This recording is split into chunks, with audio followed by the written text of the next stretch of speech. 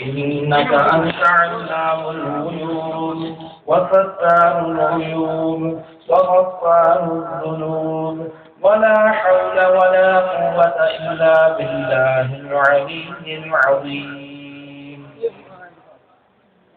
تمام تعریفوں کے لائق ہے اللہ جل شانہ و جل سبحانہ کی ذات، جس نے ہمیں یہ توفیق بخشی کہ ہم اس کے احکام کو سننے کے لیے اس کا اور اس کے پیارے حبیب صلی اللہ علیہ وآلہ وسلم کا ذکر کرنے کے لیے یہاں حاضر ہوئے۔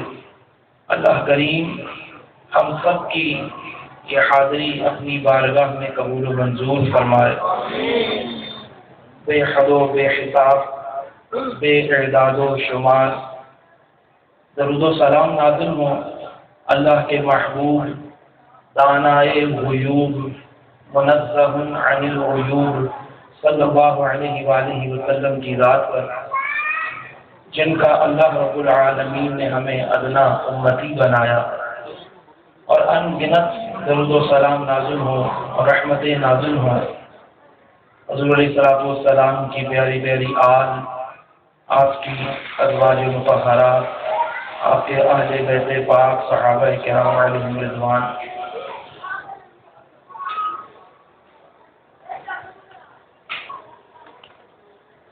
سامعین، آج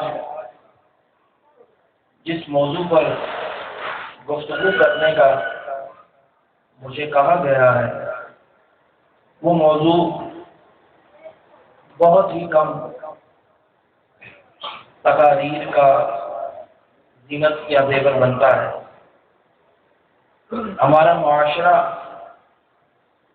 بہت سی برائیوں کی آماج گاہ بن چکا ہے، فضول اور غیر شرعی رسم و رواج کی زنجیروں کے اندر ہم جکڑ چکے ہیں۔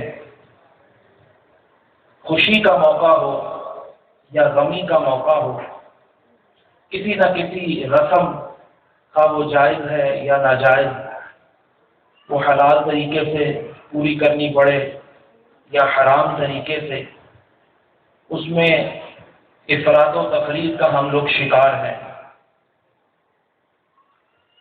کون تربیت کرے، کون ہمیں سمجھائے، کون ہماری اصلاح کرے؟ نہ ہمارے پاس سیکھنے کو وقت ہے۔ دنیا کے مصروف ترین انسان ہیں، مصروف ترین ہستیوں میں ہمارا شمار ہوتا ہے۔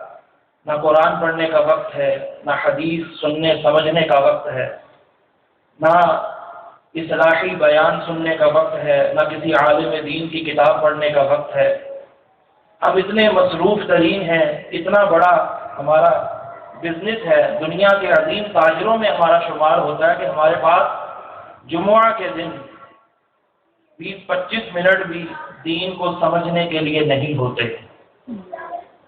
جیسے ہی اللہ اکبر اللہ کا منادی ندا کرتا ہے، اس وقت بھاگے بھاگے آتے ہیں، اتنے میں خطبہ ختم ہو چکا ہوتا ہے اور امام صاحب اللہ اکبر کہتے ہیں، مسجد میں داخل ہوتے ہیں، 2 رکعتیں پڑھ کر وہ بھی دعا سے فارغ نہیں ہوتے اور ہم واپسی کی راہ ناپتے ہیں۔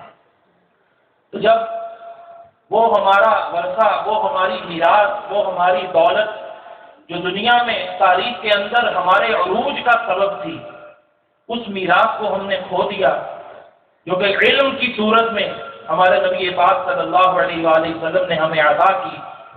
اس میراث قرآن کو، اس میراث حدیث کو ہم نے چھوڑ دیا، اس سے منہ موڑ لیا، تو اتنے برے حالات ہم پر آئے، ہم اتنی گہرائیوں کے اندر گرتے چلے گئے، جہالت کی گہرائیوں کے اندر، کہ وہ قوم، وہ سچا سماوی دین رکھنے والی قوم جسے مسلمان کہا جاتا ہے، آج یہود و نصارہ کے آگے اپنا کشکول لیے پھرتی ہوئی، ان کے درباروں کے چکر لگاتی ہوئی نظر آتی ہے۔ تو خیر، ہماری ہر معاملے میں، سیاسی معاملہ ہو، نجی معاملہ ہو، سماجی معاملہ ہو،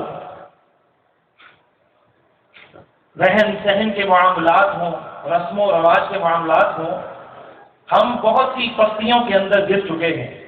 تو آج جتنی وقت نے مہلت دی اور جتنی اللہ کی طرف سے توفیق نصیب ہوئی، ان چند معاشرتی برائیوں کا ہم ذکر کریں گے، ان رسم و رواج کا، اور اس نیت سے یہ گفتگو سننا شروع کرتے ہیں کہ انشاءاللہ اس گفتگو کو ہم صرف اپنی معلومات کے اضافے کا حصہ ہی نہیں بنائیں گے، بلکہ ان معلومات پر عمل بھی کریں گے، اور جن غیر شرعی رسم و رواج کا ہم شکار بن چکے ہیں، انشاءاللہ جہاں تک ممکن ہوگا ہم اس سے اپنی جان چھڑا لیں گے۔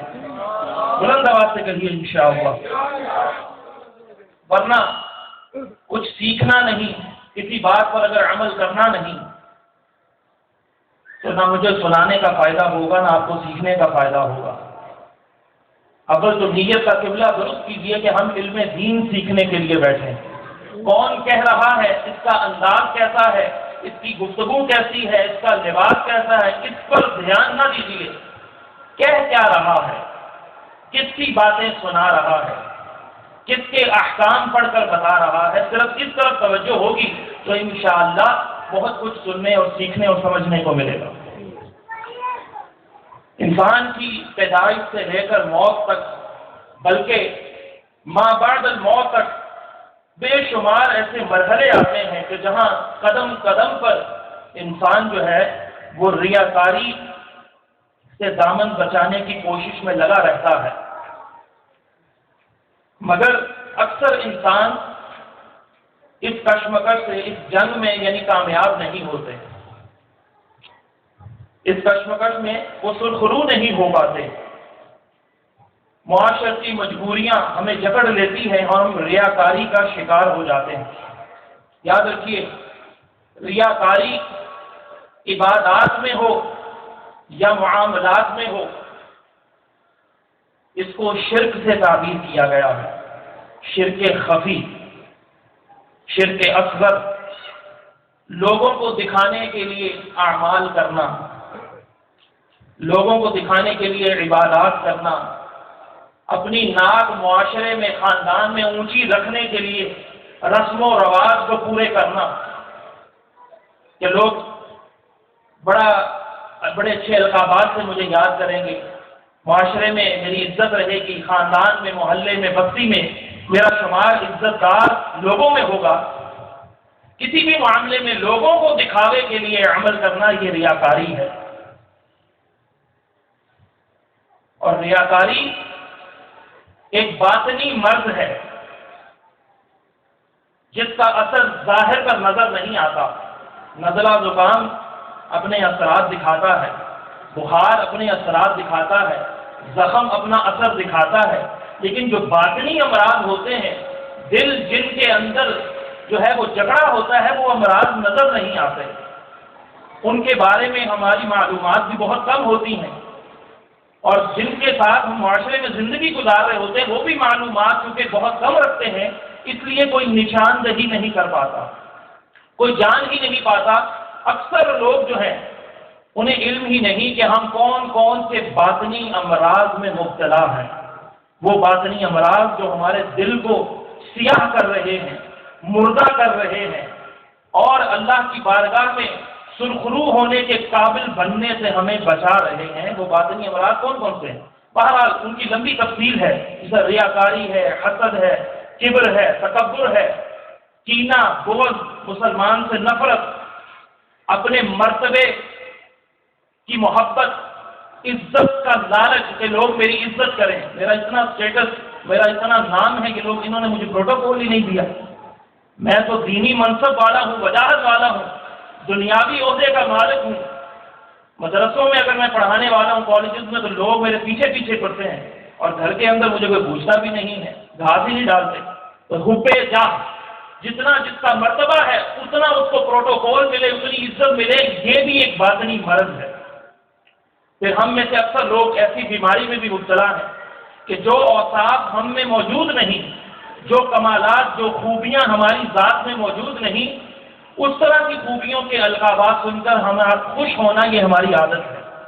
مثلا کوئی شخص حاجی نہیں، اس نے حج نہیں کیا، لوگ اس کو حاجی صاحب کہتے ہیں، حاجی صاحب حاجی صاحب، تو بجائے اس کے کہ وہ روک دے بھائی جھوٹ نہ بولو میں نے حج نہیں کیا، تم ایسے ہی مجھے حج کے لقب سے پکار رہے ہو، وہ بھی صاحب جو ہے وہ خوش ہوتے ہیں کہ مجھے حاجی کہہ رہے ہیں، کوئی مجھے جناب فلاں لقب سے پکار رہا ہے، کوئی وصف سے، تو یہ بھی یہ جھوٹی ایک مدح ہے کہ جو کرنے والا خوشامد کے طور پر کر رہا ہوتا ہے، اور اصل میں جس کی جھوٹی خوشامد ہو رہی ہوتی ہے، جھوٹی تعریف ہو رہی تھی، اس کا ستیہ ناش ہو رہا ہوتا ہے۔ تو بہرحال ان تمام برائیوں کا جو سرچشمہ ہے، جو محرک ہے، وہ ہے نفس، انسان کا نفس جو اسے اکساتا ہے۔ نفس کی کئی اقسام ہیں۔ ایک نفس ایسا بھی ہے جو ہمیں برائی سے روکتا ہے، ہمارے دل میں خیال ڈالتا ہے کہ یہ گناہ ہے، گناہ کا کام ہے، یہ ظلم کا کام ہے، اس سے بچ جا، اس سے رک جا، یہ اچھی بات نہیں ہے، زیادتی ہے، لیکن ہم اس کی بات نہیں سنتے۔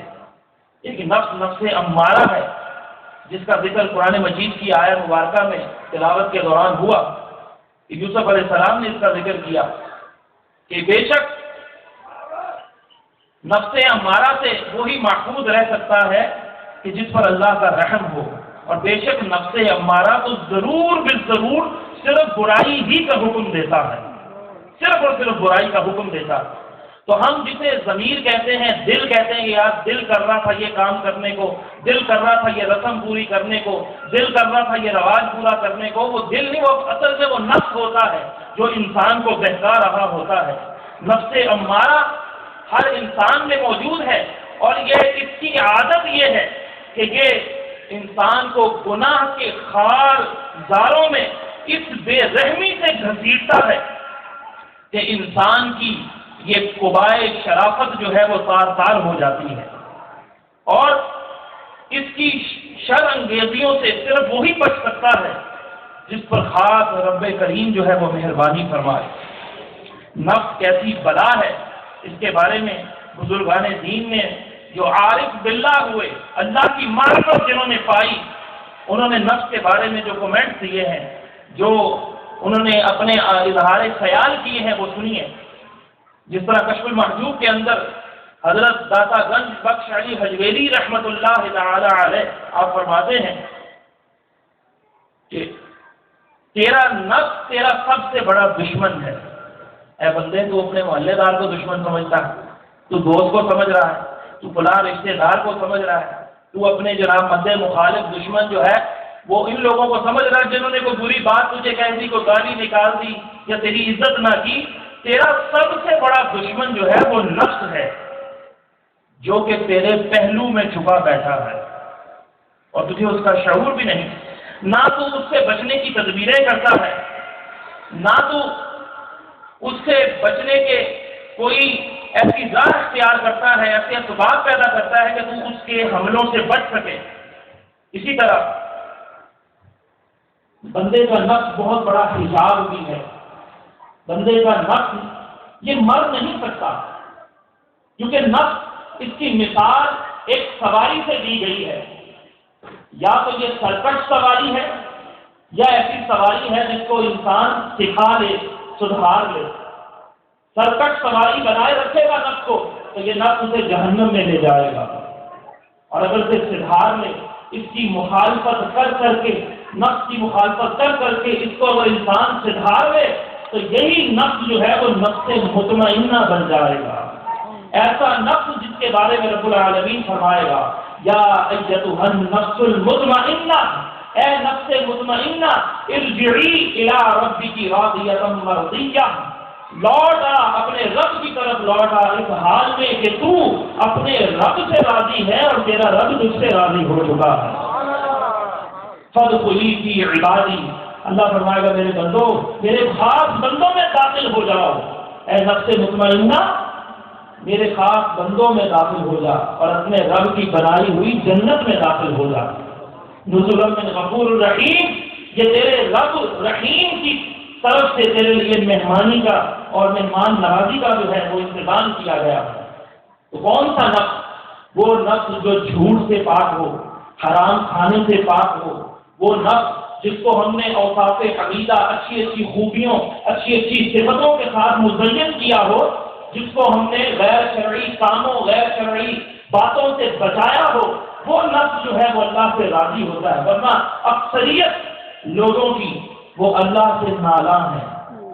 ہر بندہ امیر بھی رو رہا ہے، غریب بھی رو رہا ہے، جس کی گاڑیاں کھڑی ہیں گیراج میں وہ بھی روتا ہوا دکھائی دیتا ہے، اور جو جس کے پاس سائیکل تک نہیں پیدل سوار ہے وہ بھی روتا ہوا دکھائی دیتا ہے۔ کیا کہ وہ نفس کے ہاتھوں مجبور ہے۔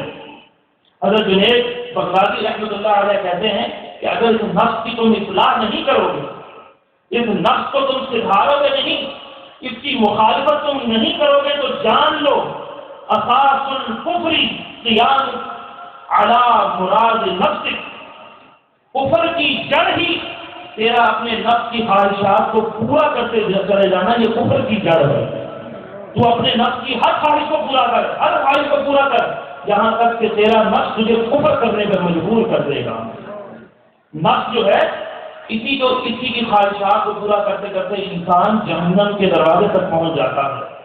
تو بہرحال بہت سے کام ہم لوگوں کی حیا کی وجہ سے کرتے ہیں، بہت سے گناہ برائیاں اس لیے نہیں کرتے یا کر پاتے کہ لوگ کیا کہیں گے، لوگ دیکھ رہے ہیں وہ کیا کہیں گے۔ کوئی گناہ ہم لوگوں کے ڈر سے نہیں کرتے۔ کوئی شخص نشے کا سگریٹ پیتا ہے یا عام سگریٹ پیتا ہے، اپنے ماں باپ کو آتا ہوا دیکھے گا فوراً پھینک دے گا، استاد کو آتا دیکھے گا فوراً پھینک دے گا، امام صاحب کو آتا دیکھے گا فوراً پھینک دے گا، اور اگر جیسے ہی وہ رستے سے سائڈ پر ہوں گے فوراً وہ اسی طرح کرنا شروع کر دے گا۔ گھر کے اندر آزاد میڈیا کی جو نحوست ہے وہ ہر گھر میں پہنچ چکی ہے، اللہ ماشاءاللہ، 100 چینل قیامت کی نشانی پوری کرتے ہوئے ہر گھر کے اندر پہنچ چکے ہیں۔ ناچ گانا جو قیامت کی نشانی تھا کہ گھر گھر میں ناچ ہوگا، گھر گھر میں ناچ ہوگا، عورتیں لباس پہنے ہوئے بھی پوریاں ہوں گی، ننھی ہوں گی، وہ نشانیاں ہم لوگ خود اپنے گھروں میں پوری کر رہے ہیں۔ جیسے ہی ماں باپ، بڑے بھائی بڑی بہن کمرے سے باہر ہوئے، ریموٹ ہاتھ میں ہے، ٹی وی کے پاس جانے کی ضرورت نہیں، فوراً چینل چینج ہوا، 2-4 آنکھوں میں جہنم کی آگ بھرنے والے مناظر دیکھے۔ جیسے ہی کمرے کے اندر باپ داخل ہوا، ماں داخل ہوئی، تو بھائی کو بڑا داخل ہوا، فوراً چینل چینج کر دیا۔ کیوں؟ کہ میرا باپ نہ دیکھ لے کہ میں کیا دیکھ رہا تھا، میری بہن نہ دیکھ لے کہ میں کیا دیکھ رہا تھا۔ تو بہن کے ڈر سے، باپ کے ڈر سے، ماں کے ڈر سے، استاد کے ڈر سے، امام کے ڈر سے تو آپ نے گناہ چھوڑ دیے، نیکیاں نہیں کی۔ تو جس سے ڈرنے کا سب سے زیادہ حق تھا، جس سے حیا کرنے کا سب سے زیادہ حق تھا، وہ رب کائنات کی ذات ہے، اس سے حیا نہیں کی۔ دلوں کو تھام کر اس حدیث مبارکہ کا خلاصہ سنیے کہ قیامت کے دن کچھ لوگوں کو جنت کے پاس لایا جائے گا۔ حدیث پاک میں رسول کریم صلی اللہ علیہ وسلم فرماتے ہیں ان لوگوں کو جنت کے پاس لایا جائے گا۔ جانیے کہ ان لوگوں کی کیا خوشی کی انتہا نہیں رہی ہوگی کہ جن کو یہ یقین ہو جائے کہ ابھی کچھ ہی دیر میں ہمیں جنت میں ڈال دیا جائے گا۔ جنت کے دروازوں کے اتنے قریب وہ لوگ لے آئے جائیں گے کہ وہ جنت کے اندر بنائے گئے محلات کو دیکھ لیں گے۔ بڑی توجہ طلب یہ حدیث مبارکہ ہے۔ جنت کے اندر بنائے گئے محلات کو وہ لوگ دیکھ لیں گے، جنت کے اندر بنائے گئے مکانات کو وہ لوگ دیکھ لیں گے، اور ان کی جو ہے خوشی کی انتہا نہیں رہے گی کہ کچھ ہی دیر میں ابھی اللہ کے یہ فرشتے ہمیں ابھی جنت میں داخل کیے دیتے ہیں۔ اتنے میں جیسے ہی وہ جنت کے بالکل قریب پہنچ جائیں گے تو ندا آئے گی، اے لوگ، اے فرشتوں، ان لوگوں کو گھسیٹتے ہوئے واپس لے جاؤ اور جہنم میں داخل کر دو۔ الامان الحبیب، یہ کیا معاملہ ہو گیا؟ فرشتے تو بڑی عزت افزائی کرتے ہوئے جنت کی طرف لے جا رہے ہیں، جنت کے دروازے پہ لوگ پہنچ گئے، جنت کے محلات کو دیکھ لیا، جنت کے باغات کو دیکھ لیا۔ مولا یہ کیا معاملہ ہوا کہ اتنا کچھ دکھا کر اتنے سبز باغ دکھائے ہمیں جنت کے، اور اس کے بعد فیصلہ کیا سنایا کہ انہیں جہنم میں ڈال دو؟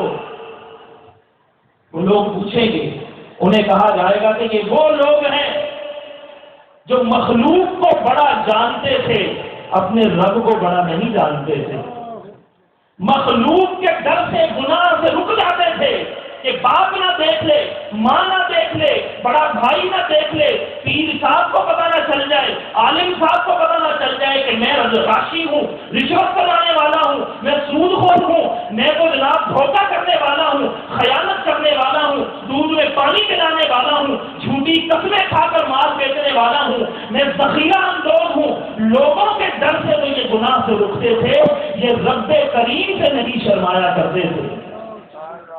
تو جن لوگوں سے ڈر ڈر کر تم گناہ سے رکتے تھے، آج اپنے عملوں کا صلہ بھی انہی لوگوں سے مانگ لو۔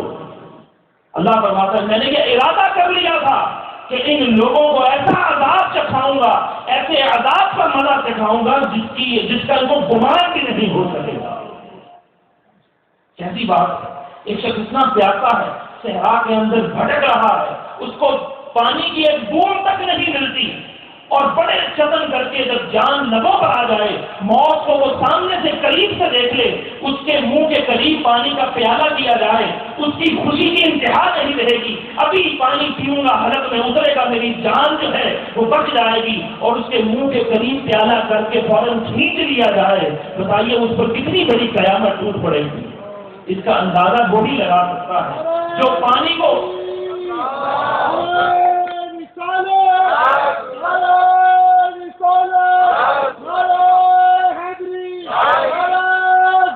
جن کے پاس پانی کی فراوانی ہے، جو ایک غسل ایک بالٹی سے کر سکتے ہیں اور 10 بالٹیاں بہا دیتے ہیں، وہ کیا جان سکتے ہیں، وہ کیسا تصور کر سکتے ہیں؟ پانی کی قدر تو اس شخص سے پوچھیے جو واقعی پیاسا ہے۔ تو اسی طرح ان لوگوں کو اس طرح سے ذلیل و رسوا کیا جائے گا جو مخلوق کے ڈر سے گناہ چھوڑتے تھے، لیکن اللہ کے ڈر سے گناہ جو ہے وہ نہیں چھوڑا کرتے تھے۔ قرآن مجید ہماری رہنمائی کے لیے اللہ نے نازل فرمایا ہے، اور یہ جو جملہ ہم نفس کا جملہ بولتے ہیں کہ لوگ کیا کہیں گے، بھائی بچے کی شادی پہ بینڈ بجا رہے ہیں، نہ بجائیں گے تو لوگ کیا کہیں گے، مہندی اس لیے کر رہے ہیں کہ نہ کی ان میں اللہ نے اتنا پیسہ دیا ہے تو پھر بھی انہوں نے خوشی نہیں کی، لوگ کیا کہیں گے، لوگ کیا کہیں گے۔ میں نے یہی جملہ رٹ رٹ کے نفس کا جو جملہ ہے، یہ اس کی رٹ پر ہم اتنے نفس کے آگے ڈھیر ہو جاتے ہیں کہ ہم اللہ کے عذاب کو اپنے گلے سے لگا لیتے ہیں۔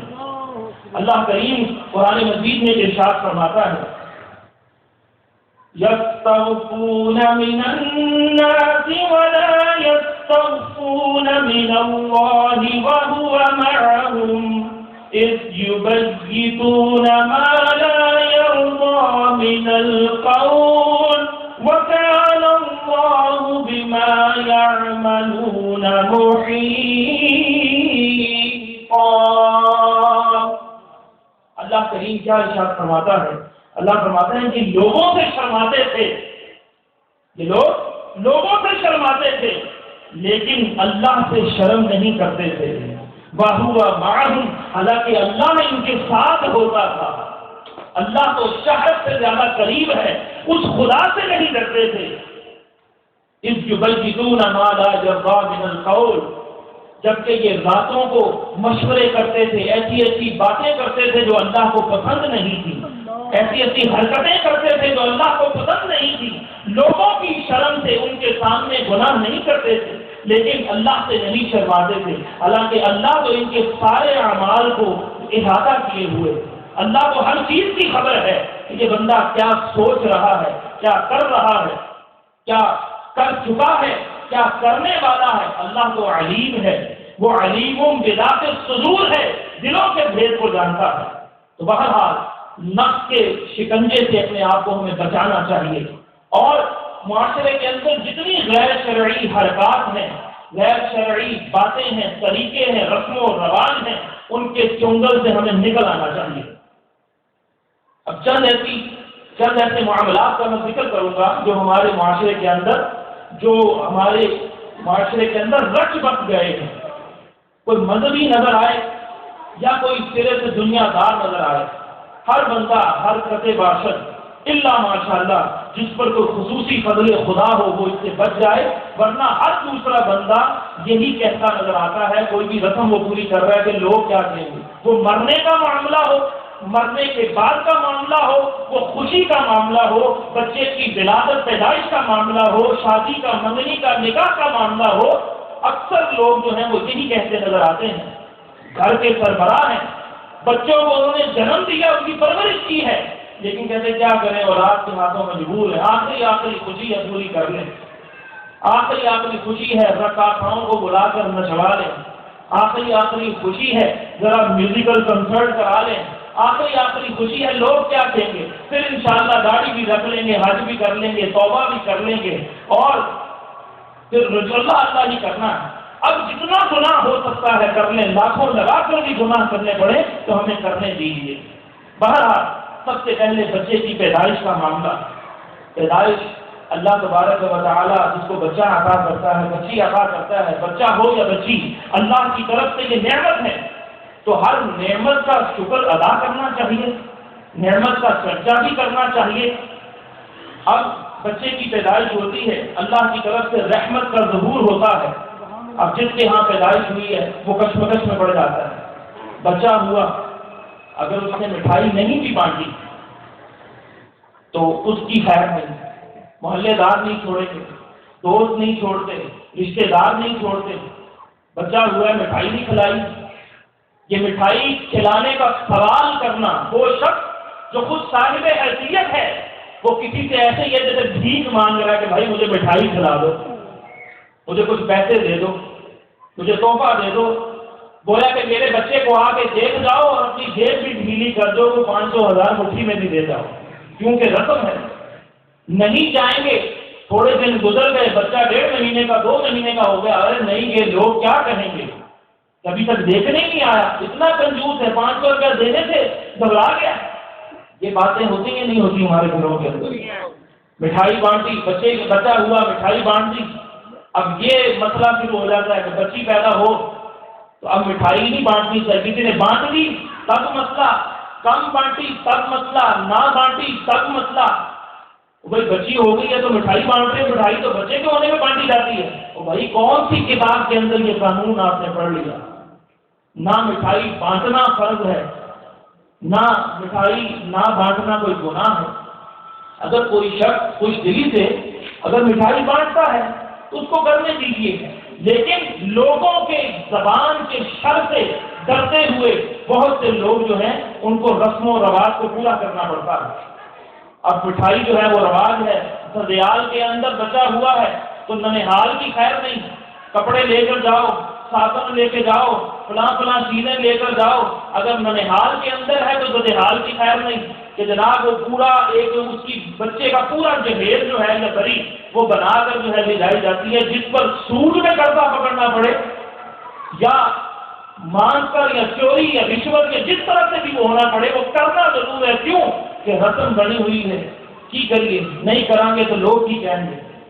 اس طرح سے انسان جو ہے وہ ایک وہ عمل جو مباح ہے، کرو تو ٹھیک ہے، نہ کرو تو گناہ کوئی نہیں، لیکن اس کی وجہ سے سینکڑوں حرام کا ارتکاب کر بیٹھتا ہے۔ جس کے پاس اسباب نہیں وہ کیسے دیگے پکائے، وہ کیسے مٹھائیوں کے ٹوکرے لے جائے؟ تو بچے کی ولادت یہ اللہ تبارک و تعالیٰ کی طرف سے ایک نعمت ہے، اور اس نعمت پر شکر ادا کرنے کے لیے اللہ تبارک و تعالیٰ کی بارگاہ میں نوافل ادا کیے جائیں، قرآن پڑھا جائے، مبارکباد زبانی دے دی جائے، یہ جو رسم ہے بن چکی معاشرے کے اندر اس کو ختم کیجیے۔ آپ صاحب حیثیت ہیں، آپ اس کو پورا کر سکتے ہیں، لیکن جو صاحب حیثیت نہیں، جن کے پاس مال نہیں، وہ کیسے ان رسموں کو پورا کریں گے؟ اگر کسی نے عام مٹھائی کی دکان سے مٹھائی لا کر دے دی تب بھی آپ جو ہے وہ اس کے تیروں سے نہیں بچ سکیں گے۔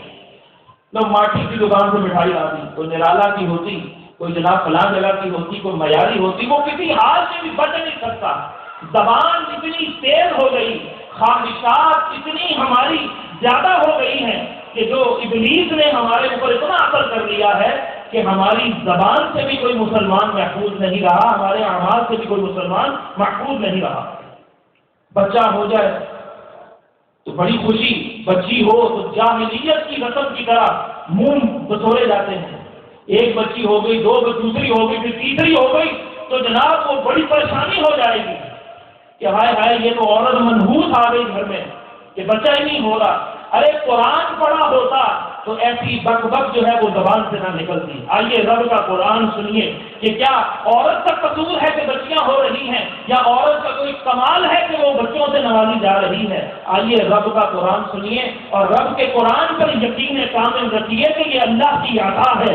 جسے چاہتا ہے وہ بیٹے عطا فرماتا ہے، جسے چاہتا ہے بیٹیاں عطا فرماتا ہے، جسے چاہتا ہے بیٹے بھی دیتا ہے بیٹیاں بھی دیتا ہے، اور جسے چاہتا ہے وہ بے اولاد رکھتا ہے. اللہ علیم بھی ہے، وہ قدیر بھی ہے، تمہیں اس کا شعور نہیں ہے.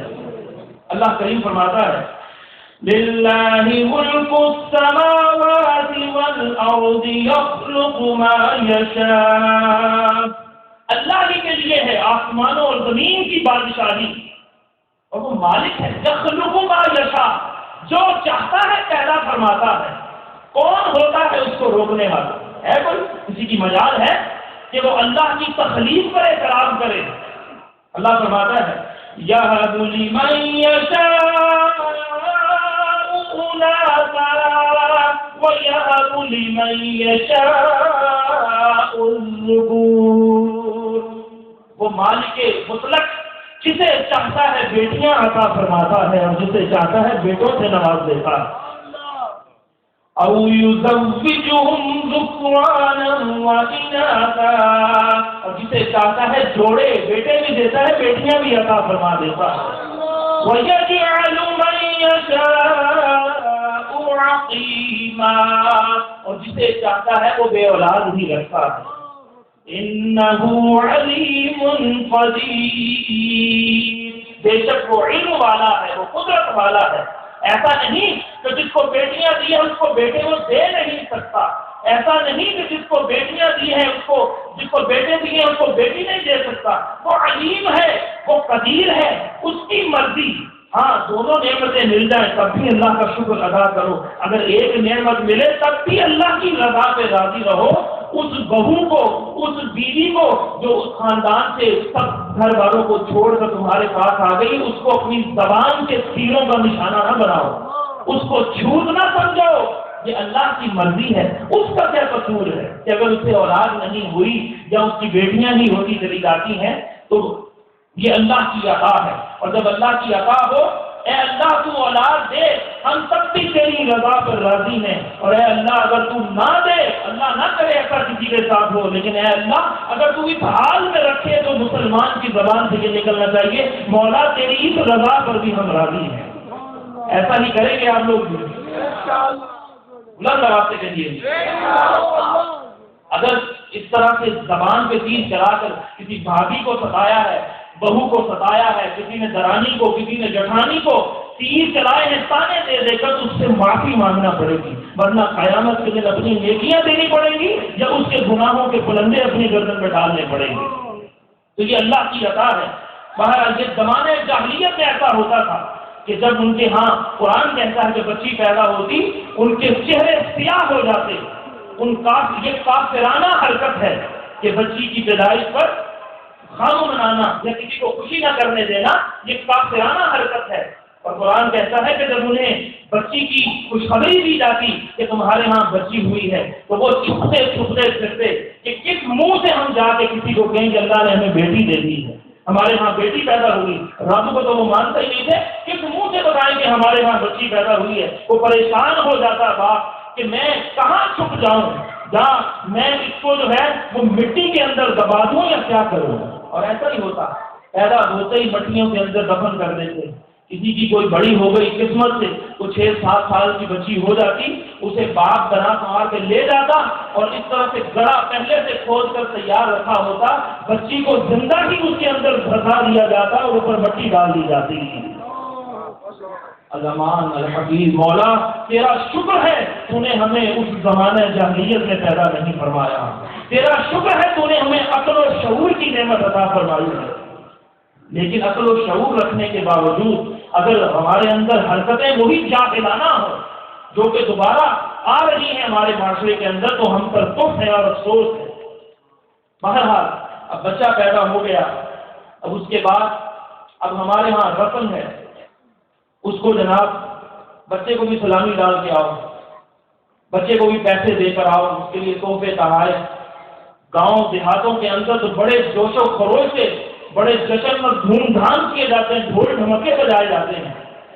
کھلونے لائے جاتے ہیں اور کیا کچھ ہوتا ہے، لیکن جس کے ہاں بچہ پیدا ہو گیا وہ مشکل سے 2 وقت کی ہو سکتا ہے روٹی پوری کرتا ہو، تو اب وہ پورے کے پورے خاندان اس کے ہاں جاتے ہیں اور وہاں پر ان کے لیے مہمان نوازی کرنا مشکل بن جاتا ہے۔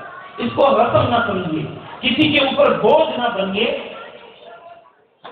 اور مسلمان کے لیے آسانی پیدا کیجیے۔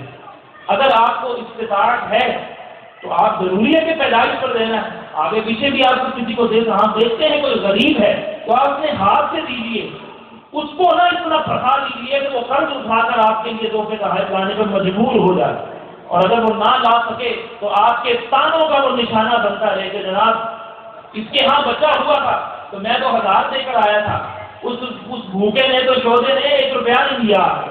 یہ جملے بھی چاہے لاکھ پتی ہے چاہے 1000 پتی ہے، جیبیں بھری ہوئی ہیں، لیکن یہ تیر بھی جو ہیں ہماری طرف سے چلائے جاتے ہیں۔ تو خدا کے لیے اس رسم کو بھی ختم کیجیے۔ یاد رکھیے رسم عادت کو کہتے ہیں، طریقے کو کہتے ہیں، اور ہر ایسی رسم اور رواج اسلام میں جائز ہے جس کو شریعت نے منع نہیں فرمایا، جس میں کوئی جھوٹ نہیں، جس میں کوئی حرام کاری نہ ہو۔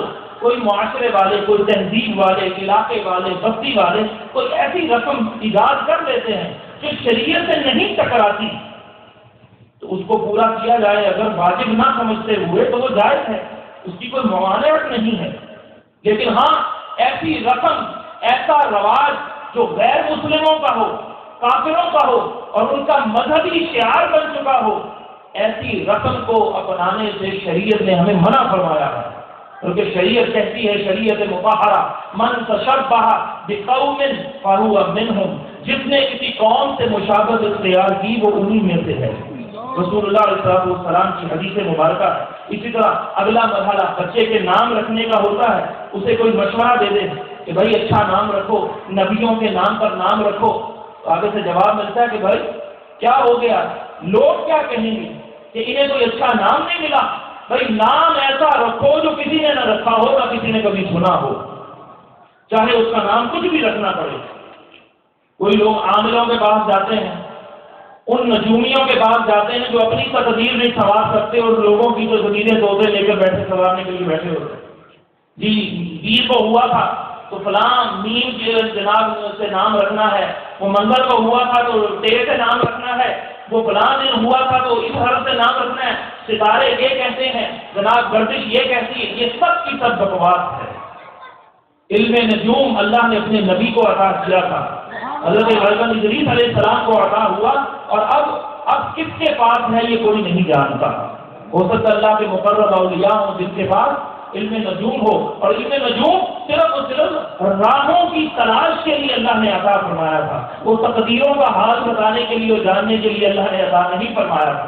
تو بہرحال نجومیوں کو ہاتھ دکھانا، کاہنوں کے پاس اپنی قسمت کے حال دریافت کرنا شریعت مطہرہ کا مسلمہ یہ قاعدہ ہے، یہ ضابطہ ہے۔ شرح عقائد نصفی کے اندر علماء کو جو عقائد کی کتاب پڑھائی جاتی ہے اس میں درج ہے کہ جس کسی نے کاہن کی بات پر یقین رکھا اور اس کی تصدیق کر دی وہ اس نے کفر کیا۔ اے مسلمان تجھے کیا ہو گیا؟ تجھے اللہ نے توکل کی نعمت دی ہے، تجھے اللہ نے قرآن جیسی کتاب عطا کی ہے، تو اس سے رہنمائی لے۔ تو کیوں ان بھوٹے کوڑیوں کے لالچی اور حریص لوگوں کے پاس دوڑتا پھرتا ہے؟ اللہ کریم نے ہر مرض کی شفا قرآن میں رکھی، ہر مرض کی دوا قرآن میں رکھی، ہر بیماری ہر غم کا علاج قرآن میں رکھا ہے۔ قرآن سے رجوع کر۔ اب نام کے معاملے میں اچھے نام رکھنے چاہیے۔ رسم و رواج، یہ رسم کے ایسا نام ہو جو کسی نے نہ رکھا ہو، یہ بھی غلط۔ کسی نے نام آسمان رکھ دیا، کسی نے کائنات رکھ دیا، ایسا نام رکھ دیا جس کا معنی پوچھنے کے لیے لوگ آتے ہیں اور لغت میں اس کا نام ہی اس کا معنی نہیں ملتا، وہ لفظ ہی نہیں ملتا تو اس کا معنی کہاں سے ملے؟ ناموں کا بھی اثر ہوتا ہے، اسی لیے کہا کہ نیکوں کے نام پر نام رکھو۔ مسلمان کو انبیاء کے نام، اولیاء کے نام، نیک صحابہ کرام کے ناموں پر نام رکھنے کا جو حکم دیا گیا ہے، توجہ دلائی گئی۔ اگر آپ ان ناموں میں سے کوئی نام نہیں رکھتے تو کوئی ایسا نام جس کا اچھا معنی ہے وہ رکھا جا سکتا ہے۔ برا نام یا اس کا معنی برا ہو تو اس کے کیا اثر ہوتا ہے؟ حضرت عمر فاروق رضی اللہ تعالیٰ عنہ کی کرامت سنیے، صحابی رسول کی کرامت سنیے۔ حضرت عمر بن خطاب رضی اللہ تعالیٰ عنہ نے ایک شخص سے اس کا نام پوچھا، اس نے کہا میرا نام جمرہ ہے۔ جمرہ کا معنی ہے چنگاری۔ آپ رضی اللہ تعالیٰ نے پھر پوچھا کہ کس کے بیٹے ہو؟ اس نے کہا شہاب کا۔ شہاب کا معنی ہے شعلہ۔ آپ رضی اللہ تعالیٰ عنہ نے فرمایا کس قبیلے سے تعلق ہے؟ کہنے لگا حرقہ قبیلے سے تعلق ہے۔ حرقے کا معنی ہے جلنا، حرقہ جلنا۔ اب غور کیجیے جتنے بھی نام وہ قبیلے کا، باپ کا نام جو لے رہا ہے اپنا بھی نام، اس میں چنگاریوں کے، آگ کے، گرمی کے، حدت والے معنی ہے۔ آپ نے پوچھا تمہاری رہائش کہاں ہے؟ اس نے کہا حرق النار میں۔ اس کا معنی ہے حرق النار کا معنی آگ کے محلے میں رہتا ہوں۔ آپ رضی اللہ تعالیٰ نے پوچھا یہ جگہ کہاں ہے؟ وہ کہنے لگا ذات لظا کے اندر۔ ذات لظا بھی عربی کا لفظ ہے اور اس کا معنی ہے لپیٹنے والی آگ۔ جب ہر معنی کے اندر آگ کا، چنگاری کا، حدت کا معنی تھا، آپ رضی اللہ تعالیٰ عنہ کی نگاہ دیکھ رہی تھی اس غیب کو جس سے وہ پوشیدہ تھا، وہ جس سے وہ غافل تھا۔ کہا کہ جا کے دیکھ تیرے سارے گھر والے آگ میں جل رہے ہیں۔ اور ایسا ہی ہوا، دوڑا وہ شخص گیا، واقعی جا کے دیکھا تو اس کے گھر کو آگ لگ چکی تھی اور وہ جھلک رہے تھے۔ یہ تھے عارف باللہ صحابی رضی اللہ تعالیٰ عنہ۔ نام بھی ایسا، محلے کا نام بھی ایسا، باپ کا نام بھی ایسا، قبیلے کا نام بھی ایسا، بستی کا نام بھی ایسا، جس میں آگ، چنگاری، شعلہ، لپیٹنے والی آگ اور اس طرح کے معنی تھے۔ اس کی تاثیر کیا ہوئی کہ وہ سارے کے سارے اس کے گھر والے کبھی جو ہے وہ خاندان والے وہ آگ میں جھلس گئے۔ تو نام اچھے رکھنے چاہیے، اس میں کسی رسم و رواج کا جو ہے وہ ہمیں نشانہ نہیں بننا چاہیے۔ اسی طرح اس کے بعد کئی خاندانوں میں رسم ختنہ ہوتی ہے، رسم عقیقہ ہوتی ہے۔ عقیقہ تو سنت ہے، 7ویں دن عقیقہ کرنا، نام رکھنا، اچھا نام رکھنا اور عقیقہ کرنا، اور بچے کے بال جو ہیں وہ منڈا دینا، اور ان بالوں کا جتنا وزن ہو اتنی مقدار چاندی صدقہ کرنا، بچے کے سر پہ زعفران ملنا، یہ سنت اور آداب میں علماء نے بیان کیا ہے۔ بچے کا اچھا نام رکھا جائے۔ 7ویں دن عقیقہ کی اگر استطاعت ہے، عقیقہ نہ فرض ہے نہ واجب ہے، یہ سنت ہے، اور 7ویں دن کریں۔ 7ویں دن تو سنت ہے، اگر 7ویں دن کے بعد کریں گے تو پھر یہ سنت نہیں رہے گی، یہ مستحب رہ جاتا ہے، یعنی اچھا عمل ہے، کریں گے ثواب ہوگا، اور یہ کسی بھی عمر میں کیا جا سکتا ہے۔ اگر کوئی 7ویں دن آپ کے پاس استطاعت نہیں تھی تو آپ کا بچہ بڑا ہو گیا، خود بڑے ہو گئے ہیں، تو یہ بڑی عمر میں بھی عقیقہ کیا جا سکتا ہے۔ لیکن اس موقع پر بھی لوگ جو ہیں وہ رسم و رواج کے شکار ہو جاتے ہیں۔ کئی لوگوں کے منہ سے سنا ہے کہ میں اس کے گھر 500 دے کے آیا تھا، اس نے 200 دیا ہے، اس نے جو واپس کیے ہیں وہ 300 کم دیا ہے، میں فلاں کے گھر گیا تھا، میں نے تو اتنا کچھ دیا تھا، وہ آیا ہے تو وہ مٹھائی کا ڈبہ اٹھا لایا ہے خالی، وہ بھی ناقص، میں نے کام والی کو دے دی تھی، ہم نے کھائی نہیں۔ ارے تم کھانے کے بھوکے ہو، تم لوگوں کے پیسوں کے بھوکے ہو، تمہیں رب نے اتنا عطا کیا ہے، ارے یہ کوئی مال کا لین دین ہے، یہ کوئی رشوت کا معاملہ ہے، یہ کوئی سود کا معاملہ ہے کہ آپ بچے کی ولادت ہو رہی ہے، آپ جو ہے اس کے اندر بھی لوگوں کو اتنا پھنسا رہے ہیں، جنگل کے اندر جو ہے جکڑ رہے ہیں۔ خدا کے لیے ان رسموں کو خدا حافظ کہہ دیجیے، ان کو رخصت کر دیجیے، اور بچے کی پیدائش میں بھی آسانی رہنے دیجیے۔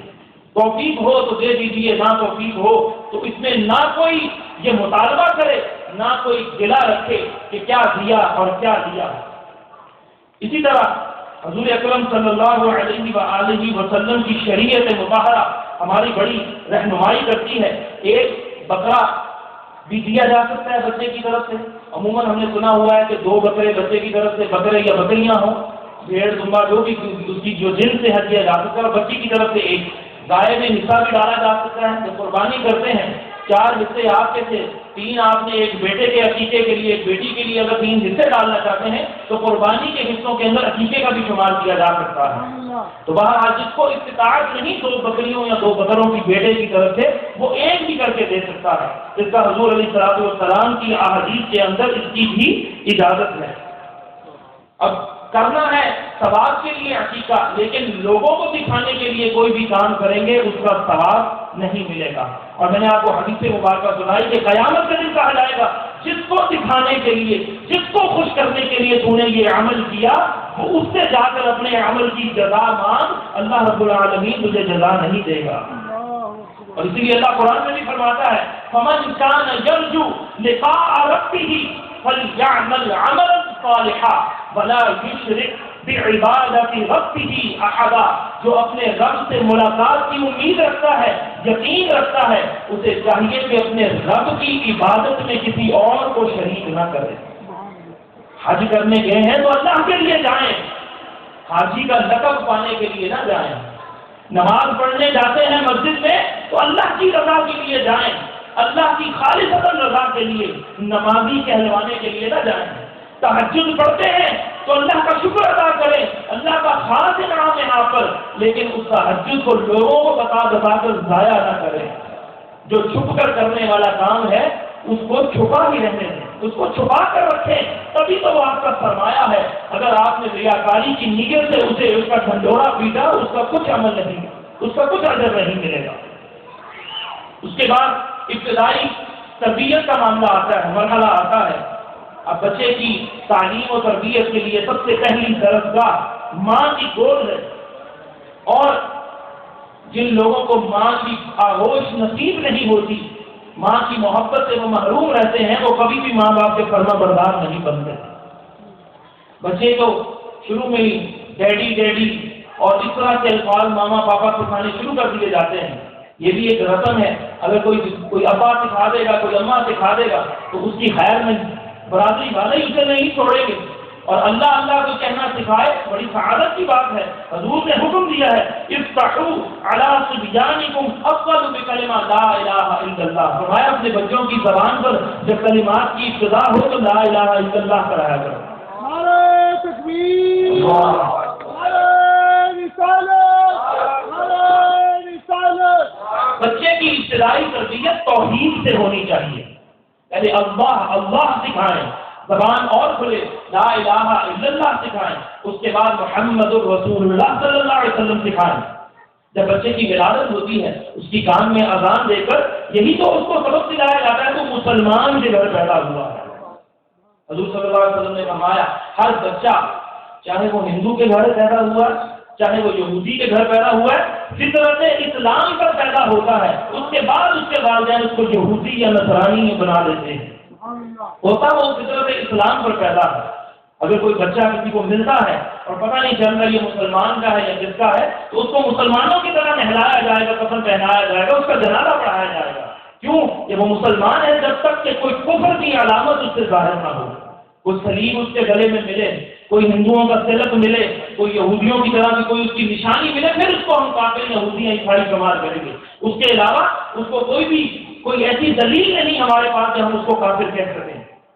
اور اس کے بعد اس کی تربیت کا معاملہ آتا ہے تو اب اسٹیٹس کا معاملہ بن جاتا ہے۔ والدین کی کوشش ہوتی ہے بھاری بھرکم ہمیں چاہے پیسے دینے پڑیں، فیسیں خرچنی پڑیں، ایسے ادارے کا انتخاب کریں کہ جہاں پر اسلام سے بیزار فیشن پرست خواتین پوریاں لباس پہنے ہوئے مغرب زدہ عورتیں جن کو نہ نماز کی ہوش ہوتی ہے نہ قرآن کی ہوش ہوتی ہے، ایسی درسگاہ کے اندر اپنی اولاد کو لے کر جائیں تاکہ وہ وہاں سے جا کر مغربی تہذیب اور ثقافت کو ایڈاپٹ کریں۔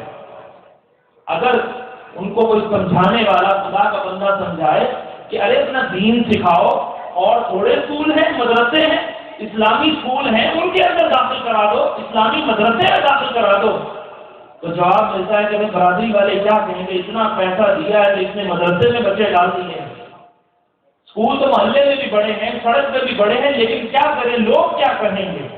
اس لیے ہم نے فلاں اپنے اسٹیٹس کو بحال رکھتے ہوئے فلاں ادارے کا انتخاب کیا ہے۔ جب اس ادارے میں بچہ پڑھے گا، نہ اسے سلام کی تمیز، نہ اسے استنجا کرنے کا کبھی طریقہ کسی نے بتایا، نہ اسے پاکی کا پتہ، نہ پلیدی کا پتہ، نہ ماں باپ کے ادب و احترام کا پتہ، نہ اسے حرام کا پتہ چلا، نہ حلال کا پتہ چلا، نہ توحید اور رسالت کا پتہ چلا، نہ اسے مرنے جینے کی ہوش رہی، تو پھر آپ اس سے توقع لگائیں کہ وہ آپ کے لیے آپ کی خدمت کرے، رحمت کے بازو آپ کے لیے بچھا دے، اور پھر آپ کے طبیبوں کے لیے پیروں کے پاس عاملوں کے پاس دوڑے دوڑے پھرتے میرا بچہ میری اولاد میرے ہاتھ سے نکل گئی۔ ارے پہلے قرآن سکھایا ہوتا، پہلے دین سکھایا ہوتا، اس رسم کو، اس رواج کو، اس اسٹیٹس کے جھوٹے علم کو، اس نشانی کو اگر گزارا ہوتا تو آج آپ کو پریشانی کا سامنا نہ کرنا پڑتا۔ کئی ایسے لوگ ہیں ہمارے مشاہدے کے اندر ہیں، لاکھوں نہیں کروڑوں پتی لوگ ہیں، اور اولاد جو ہے وہ باپ کو گالیاں دیتی ہے، گاڑیاں بھی ہیں، ایک نہیں دو دو تین تین ہیں، دکانیں بھی ہیں، تجارت کی منڈیوں میں اعلیٰ منڈی کے اندر جو ہے وہ دکانیں ہیں، لیکن کیا ہے کہ کوئی باپ کی ماں کو گالی نکال رہا ہے، باپ کی ماں کو کہ باپ مجھے پیسہ نہیں دیتا، کوئی کہتا میں اس کو جان سے مار دوں گا، میرا حصہ دے، نہیں تو یہ کر دوں گا، وہ عیاشیاں کرتا رہا، اپنی جوانی ایسے گزار دی ہے، تمہاری باری آئی ہے تو ہم پر پابندیاں لگاتا ہے۔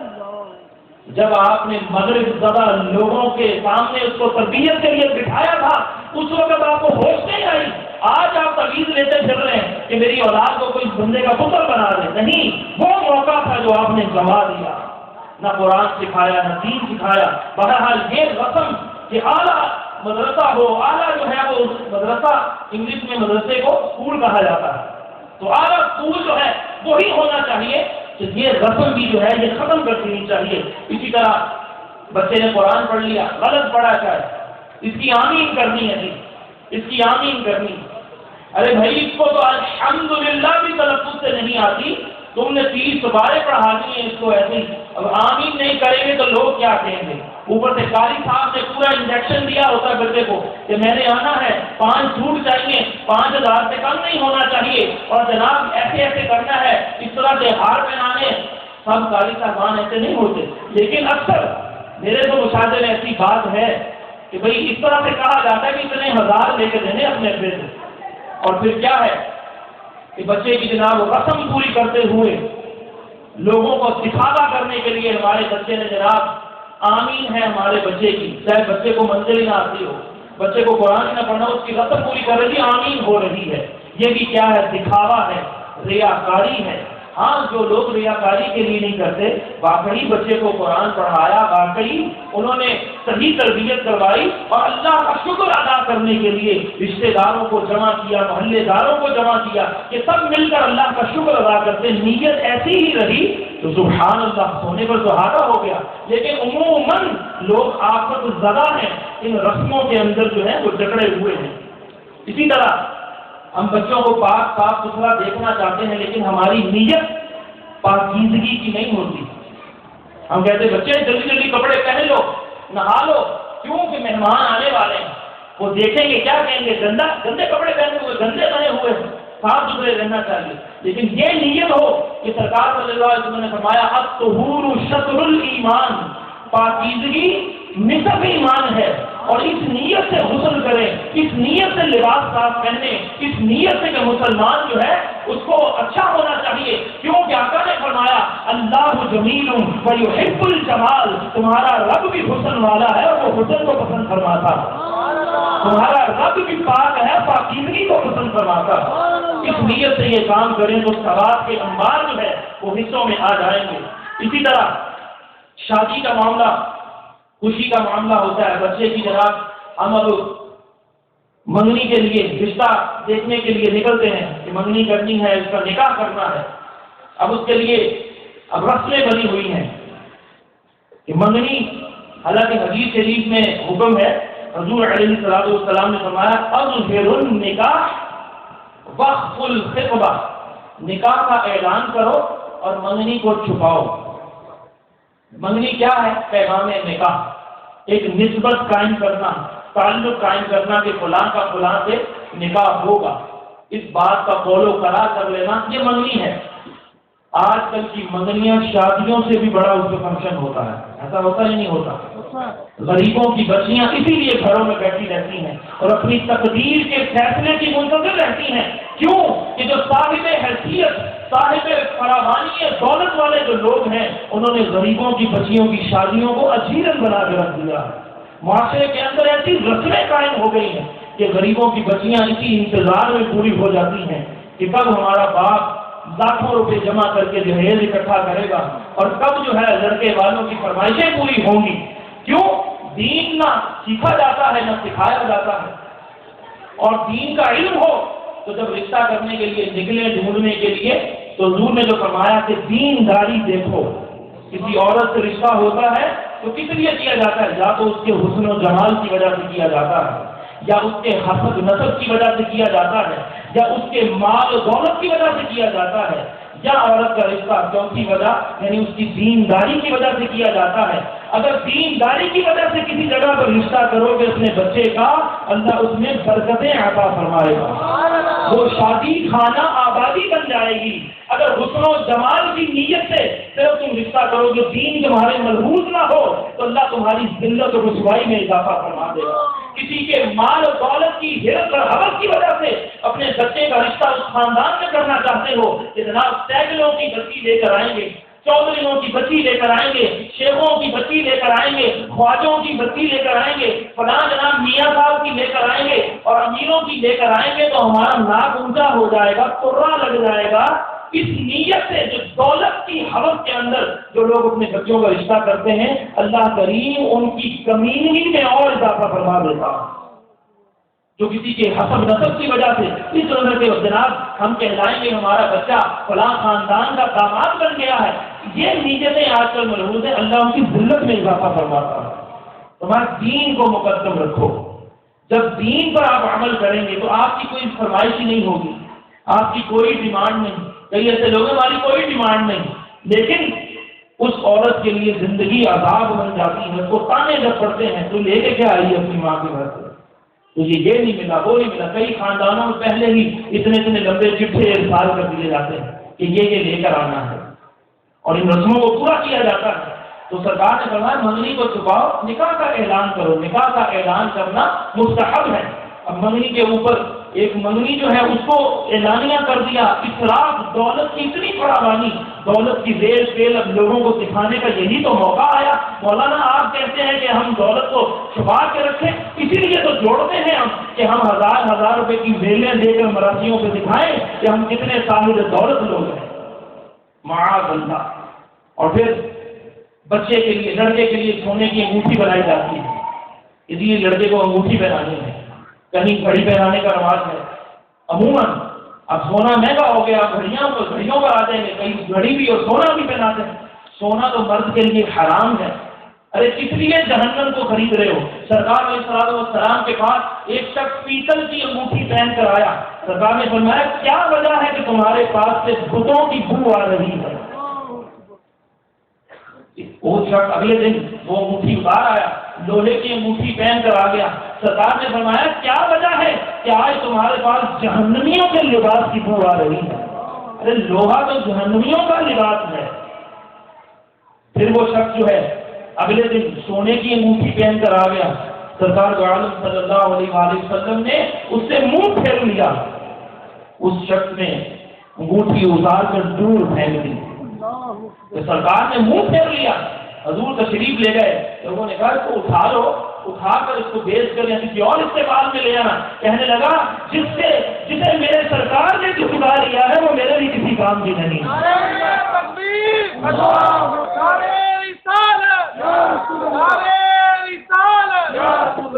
وہ تھے ایسے صحابہ اور آج ہیں ہم صرف نعرے لگانے والے. ان کو نہیں میں کہہ رہا ماشاء اللہ نے سنت رسول سجائی ہوئی ہے, لیکن ہر بندہ نعرے لگانے سے مراد کیا؟ ہر بندہ یہ کہتا ہے میں عاشق رسول ہوں, میں عاشق رسول ہوں, لیکن کام وہ دشمنان رسول والا کرتا ہے.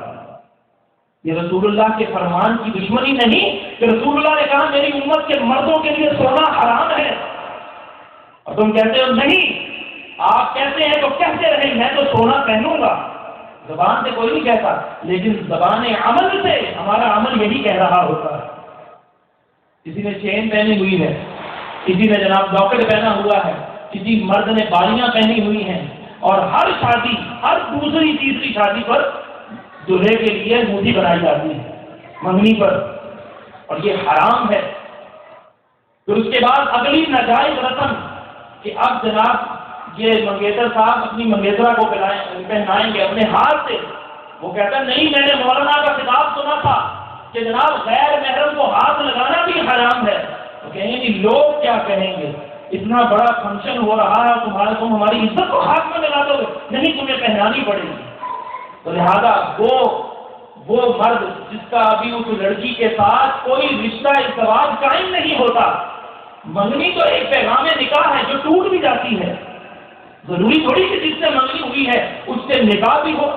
کئی ایسی لڑائیاں، کئی ایسے تانے کسنے درمیان میں حائل ہو جاتے ہیں کہ رشتے ٹوٹ جاتے ہیں۔ تو بہرحال وہ بھی ناجائز رسم ہے کہ جناب لڑکی لڑکے کو گھڑی پہنائے، انگوٹھی پہنائے، یا لڑکا لڑکی کو بنائے، یہ ناجائز رسم بھی ہماری شادیوں کی زینت بنی ہوئی ہے، اللہ ہمیں اس سے بھی محفوظ فرمائے۔ اس کے بعد اب فرمائش ہے بارات لڑکی والوں پر ایک بڑی قیامت کہ جناب 500-700 لوگوں کو ہم لے کر آئیں گے، 500-700 لوگوں کو لے کر آئیں گے، یہ فرمائش 1 دن نہیں چلے گی۔ اچھا پابندی ہے تو چلو 1 دن چلی، ورنہ یہ کچھ ہونا چاہیے۔ میرے بڑے بڑے اونچے دوست ہیں، تاجر ہیں، فلاں ہیں، میرے اتنے دوست ڈاکٹر آ رہے ہیں، فلاں سیاستدان آ رہے ہیں، تو کھانا ہلکا نہیں ہونا چاہیے، اور تمہاری گلی محلے میں تو نالیوں کی بو آتی ہے، تو اچھا سا ہال جو ہے وہ تم نے منتخب کر، یہ فرمائشیں رکھ دی جاتی ہیں۔ گویا کہ یہ رشوت ہے، ان کی بچی لینے کے لیے یہ رشوت دی جو ہے اس کی ڈیمانڈ ہو رہی ہے کہ پیسہ دو، پیسہ خرچ کرو، لگاؤ، پھر تمہاری بچی لینے آئیں گے۔ معاذ اللہ ثم معاذ اللہ، اس کی تو عمر بھر کی پونجی جو ہے وہ خاک میں مل جاتی ہے۔ اسی طرح ایک بوڑھے شخص نے عمر بھر کی پونجی جو ہے وہ داؤ پہ لگا کر، یعنی اس کو داؤ پہ کیا لگایا، اس نے اپنی بچی کے لیے جہیز کا سامان اکٹھا کر دیا۔ لڑکے والے آئے، 2 ٹرک بھر لیے، گاؤں کی شادی تھی، ایک ٹرک میں بھینسیں ہی بھینسیں ہیں، دوسرے ٹرک میں سامان ہی سامان ہے، اوپر لڑکے کے بھائی چڑھے ہوئے ہیں، اور کہنے لگے نیچے والوں کو، سامان چڑھانے والوں کو کہ بس یہی سامان ہے۔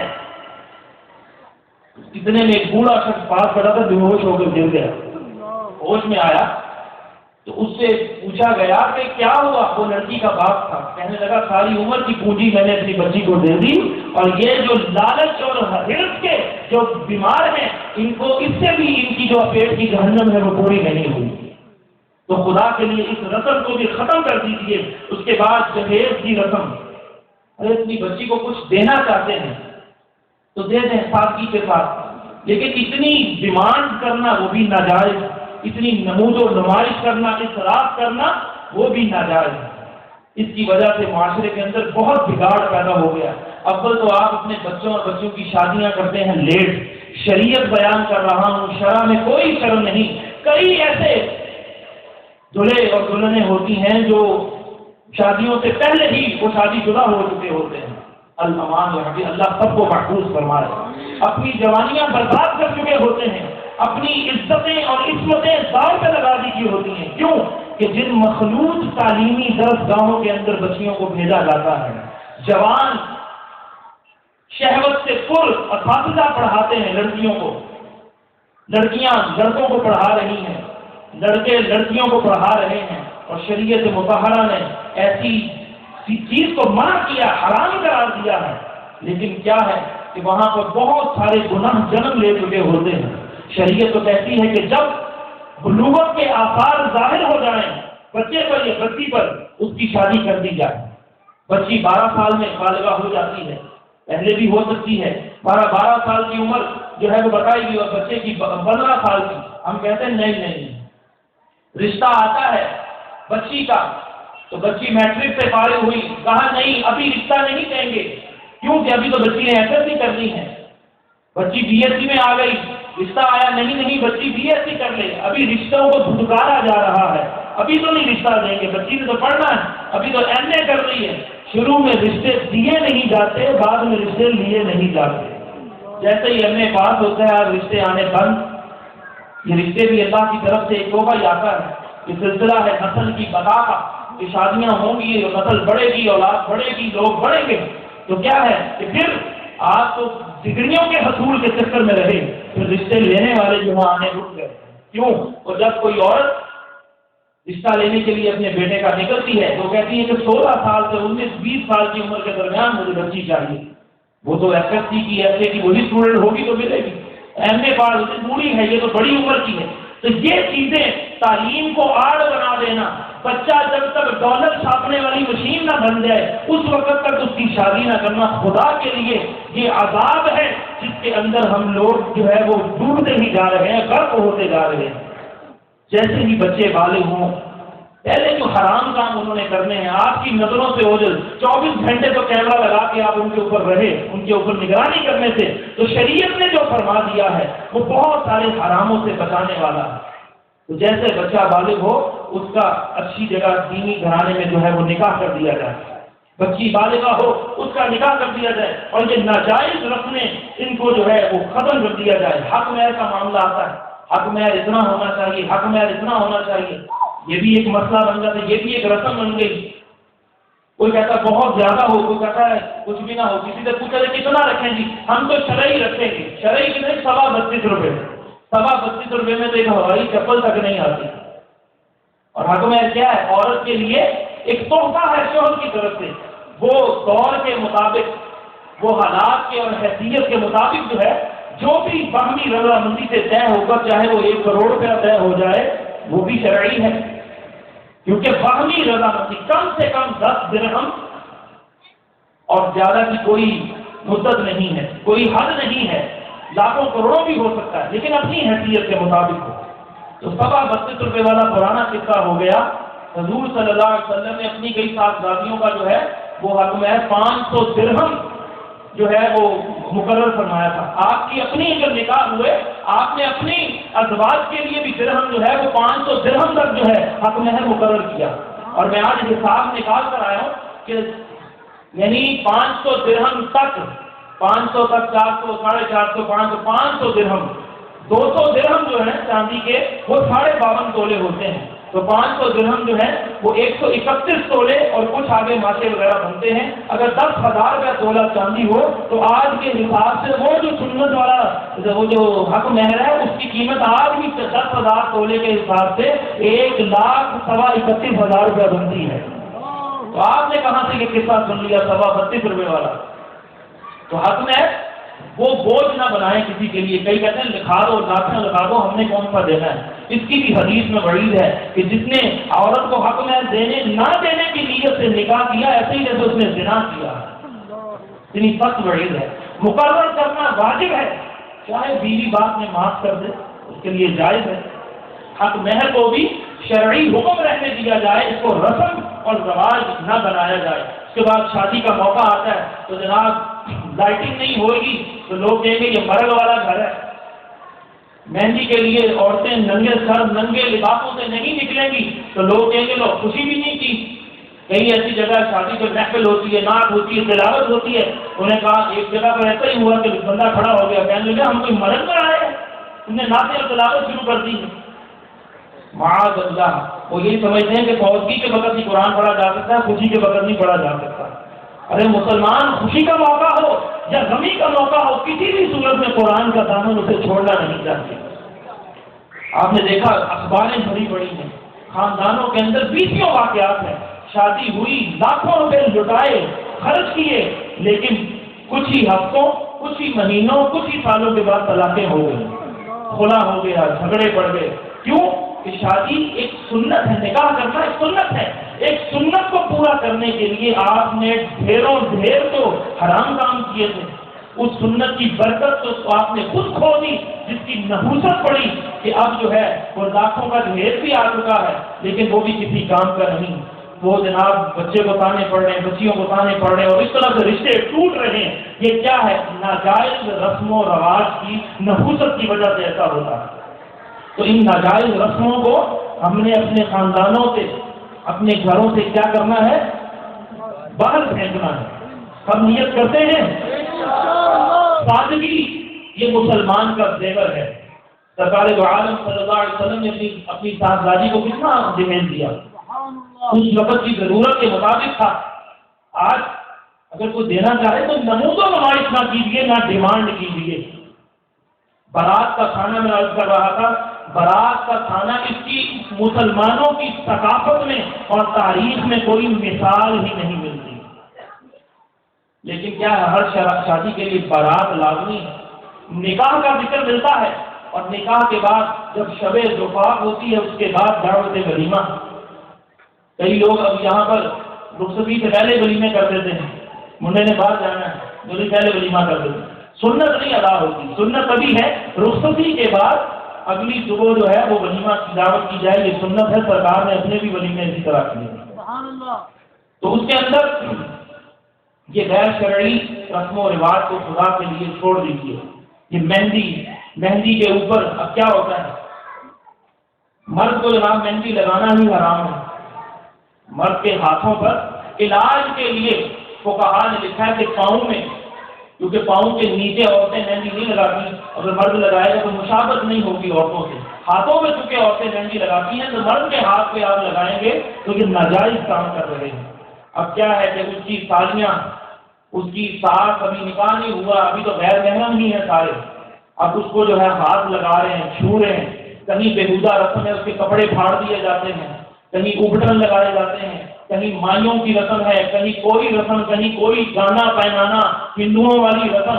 کیونکہ ہمارے بڑے جو تھے وہ ہندوؤں کے ساتھ رہتے رہے اور وہیں سے وہ رسمیں لے کر یہاں آ گئے کہ روکنے پر قادر نہیں ہے، اپنی چلتی نہیں ہے. اولاد کو والدین کی اہمیت کا پتہ نہیں، جس کی وجہ سے مذہبی گھرانے بھی جو بظاہر نظر آتے ہیں ان کے گھروں میں بھی دنیا داروں کی تو بات ہی چھوڑے. تو اس طرح سے یہ رسمیں پوری کی جاتی ہیں. غیر محرم کا غیر محرمہ کو چھونا حرام، غیر محرمہ کا غیر محرم کو چھونا حرام. تو اب انگوٹھیاں پہنائی جا رہی ہیں، مہندیاں لگائی جا رہی ہیں، یہ سب ناجائز ہے. سر پہ تیل بھی نہیں لگانا. ہاں آپ کی خالہ ہے، آپ کی بہن ہے، آپ کے سر میں لگا دیں تیل. تیل لگانا یہ کوئی ہندوؤں کا مذہبی شعار بھی نہیں ہے، لیکن آپ کرنا چاہتے ہیں تو جائز طریقے سے تو کرے. آپ کی خالہ آپ کو لگا دے، آپ کی پھوپھی لگا دے، آپ کی بہن لگا دے، آپ کی جو ہے وہ اس طرح کی جو محرم رشتے دار ہیں، لیکن حرام کام ہو رہے ہیں. منہ میں جناب لڈو ڈال رہے ہیں، ناجائز طریقے سے جو ہے غیر محرم کو کھلا رہا ہے. پھر مووی والے بلائے ہوئے ہیں، مووی والے ہر سین کو کیپچر کر رہے ہیں. ننگا بدن، ننگے گریبان، ننگے جسم، ننگے جو ہے وہ سر اور بال نظر آ رہے ہیں. ارے عورت جو زائد بال اتارتی ہے اس کے لیے یہ حکم نہیں کہ ایسی جگہ پھینکے جہاں اس کو غیر محرم دیکھ لے. ارے قیامت نہیں تو کیا ہے کہ آج مسلمانوں کے گھر کے اندر حیا کے جنازے نکل رہے ہیں. مسلمانوں ہوش کرو، نہ سمجھو گے تو مٹ جاؤ گے. مسلمانوں تمہاری داستان تک نہ ہوگی داستانوں میں. شادی کے موقع پر یہ ناجائز رسم و رواج خدا کے لیے اس کو چھوڑ دیجیے. اس کے بعد جناب پکنک پہ لے جانا، ہنی مون منانا، یہ بھی ایک رسم بن گئی. کوئی لے کے نہ جائے تو لے کے نہیں گیا، لوگ کیا کہیں گے. کوئی لے گیا تو کوئی سستی جگہ پر لے گیا، سستے ہوٹل پہ لے گیا تو اس کے پیچھے بھی جناب لوگ پیچھے پڑ جاتے ہیں کہ لوگ کیا کہیں گے. یہ جملہ جو نفس کی پکار ہے اور جو حرام پر اکساتا ہے خدا کے لیے، اسے اپنے معاشرے سے، گھر سے، خاندان سے نکال دیجیے. یہ گناہ ہے، خدا کی قسم یہ سب گناہ ہے. اور یہ شیطان ہمیں بنا کر سوار کے جو ہے دکھاتا ہے. یہ رب کریم فرماتا ہے وَزَيَّنَ لَهُمُ الشَّيْطَانُ أَعْمَالَهُمْ. یہ شیطان لعین مردود لوگوں کو ان کے اعمال سنوار کے بنا کر دکھاتا ہے. تو لوگ اس کو اچھائی سمجھ کے کرتے چلے جا رہے ہیں. یہ 500 لوگوں کو کھانا کھلانا، کھانا کھا کے بھی جو ہے وہ ڈکارنا، عجیب سے جو ہے وہ جملے بولتے ہیں کہ جناب کچا تھا، صحیح نہیں دیا، گرم نہیں تھا، ٹھنڈا تھا، فلاں نہیں دیا، ہم نے تو یہ کچھ دیا، اس نے تو یہ کچھ نہیں دیا. اور پھر وہاں پر جتنی مخلوق آتی ہے کھڑے ہو کر کھانا کھا رہے ہیں. یہود و نصارہ کا طریقہ ہے، رسول اللہ نے فرمایا کھڑے ہو کر پی رہے ہیں. اور جناب پھر ایسے لگتا ہے جیسے مسلمان اور انسان نہیں آئے، کوئی جانور آ گئے ہیں. ایسے جب کھانا کھلتا ہے تو جیسے کہ زندگی میں کبھی نہیں کھایا اور ٹوٹ پڑتے ہیں. ارے کافر اور یہودی کوئی احتجاج کرنے اپنی سڑکوں پر نکلتے ہیں تو آپ دیکھیں کہ جناب کوئی ایسے لگتا ہی نہیں جیسے چڑی جو ہے وہ پر مار رہی ہے. خاموشی، 1 منٹ کا احتجاج ہے جی، خاموشی کا، سارے ہی 1 منٹ کے لیے خاموش رہتے ہیں. ہمارے جلسوں کے اندر زبانیں خاموش نہیں ہوتی، ہماری محفلوں کے اندر، ہماری تلاوتوں کے اندر جو ہے وہ زبانیں خاموش نہیں ہوتی. ارے وہ وقار جو مسلمان کا تھا، وہ کردار جو مسلمان کی تھی، وہ آج اس وقار کو، اس کردار کو غیر مسلم اپنا رہے ہیں. وہ قرآن جو مسلمانوں کی ہدایت کے لیے اترا، آج اس کو پڑھ کر اس پر ریسرچ غیر مسلم کر رہے ہیں. آج انٹرنیٹ آن کیجیے، فوراً وہ تربیت کے لیے، فوراً ہلاکت کے لیے بھی بے شمار سامان ہے، لیکن وہ کچھ رولز لکھ دیں گے کہ جب ٹرین میں سفر کرنا ہے تو یہ کام نہیں کرنا، دھکا نہیں دینا، کسی کی جناب ٹکٹ کسی نے لیا ہے کسی کی سیٹ پہ نہیں بیٹھنا، قطار میں ہے تو اپنی باری کا انتظار کرنا ہے، باتھ روم کے اندر جانا ہے تو یہ احتیاط کرنی ہے، جناب ایئرپورٹ میں ہونا ہے تو یہ کرنا ہے۔ آج دھکم بیل ہے ہر جگہ پر، جلسہ ہو اس میں بھی ہم دھکے مارتے ہیں، جمعے سے نماز پڑھ کر نکلنا ہو اس میں بھی دھکے ماریں گے، کہیں قطار کا معاملہ ہو، پاسپورٹ بنوانے جاؤ، اشتراکی کارڈ بنوانے جاؤ، کسی جگہ پر مسلمانوں والا وہ کردار جو عظیم کردار ہے جو مسلمانوں کا وقار کا وہ نظر نہیں آتا۔ تو آج ہم یہ نیت کرتے ہیں کہ آج ہم ہر گناہ سے توبہ کرتے ہیں، مولا ہماری توبہ قبول فرما۔ یہ جو شادیوں پر، بچوں کی پیدائشوں پر ہم غیر شرعی رسم و رواج میں آج تک گھرے ہوئے تھے، مولا آج ہم توبہ کرتے ہیں کہ کسی غیر شرعی رسم اور رواج پر اپنی حلال کمائی سے کمایا ہوا پیسہ ہم ضائع اور برباد نہیں کریں گے۔ بلند آواز سے کہیے انشاءاللہ۔ ہم مسلمانوں کی حق تلفیاں نہیں کریں گے، اپنی بچیوں اور بچوں کے رشتے صحیح العقیدہ صحیح مذہب والے اہل سنت والجماعت میں اپنے بچوں کو رشتے کریں گے، نہ دولت کو معیار بنائیں گے، نہ ہم حسن و جمال کو معیار بنائیں گے، نہ حسب نسب کو معیار بنائیں گے۔ جب بھی بچے یا بچی کا رشتہ دیکھنے کے لیے نکلیں گے ہم انشاءاللہ دینی گھرانہ دیکھیں گے۔ بلند آواز سے نہیں کہہ رہے، اتفاق نہیں کر رہے، اگر میں اچھی بات کہہ رہا ہوں تو اس میں جناب اپنا جو ہے اپنا حصہ ڈالیے، اور اگر بری بات ہے تو آپ کو دلیل کے ساتھ جو ہے اس کے بارے میں بیان کرنے کا حق حاصل ہے۔ ہم جہیز کی فرمائش نہیں کریں گے۔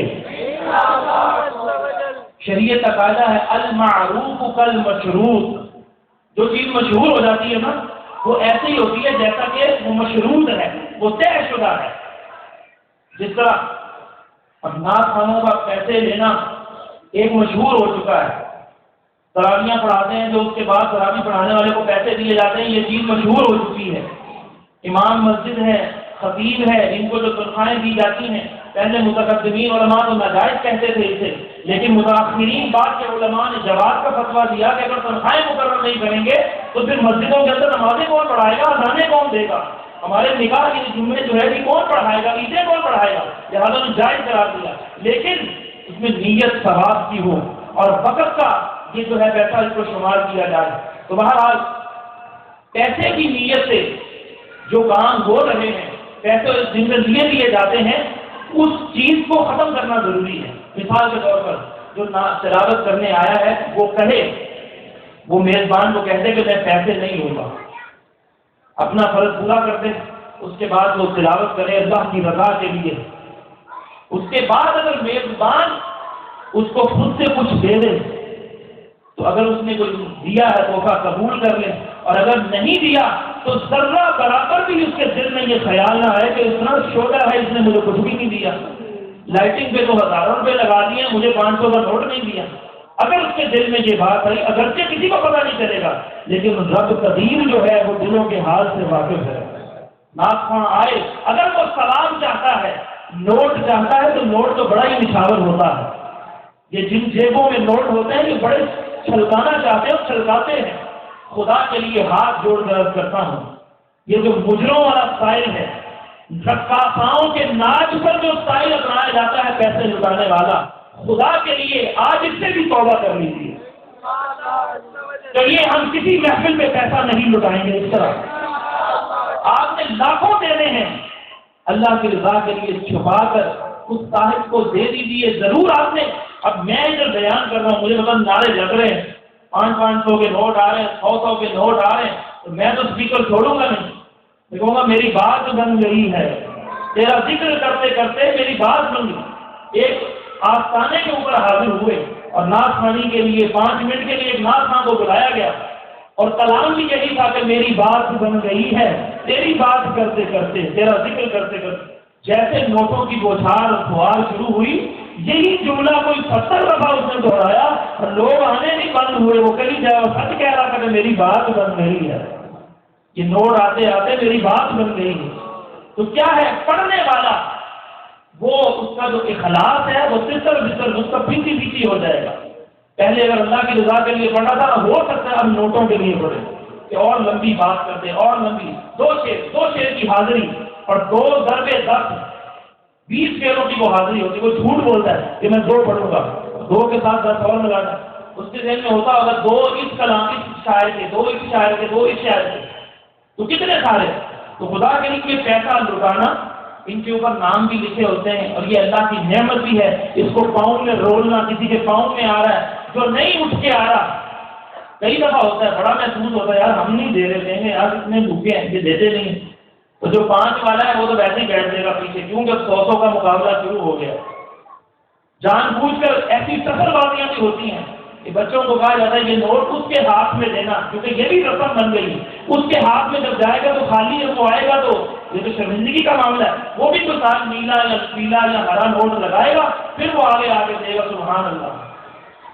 یہ اخلاص کا جنازہ نکالنے والے معمولات ہیں، یہ ناجائز امور ہیں. روحانیت جو ہے اس میں رخصت ہو جاتی ہے. تو محفلوں کو بھی ان ناجائز رسموں سے پاک رکھیے. اسپیکر اتنی آواز سے لگا ہو کہ جتنے لوگ بیٹھے ہیں وہ سنیں. کئی محفلوں میں جانا ہوتا کان پھٹ رہے ہوتے ہیں.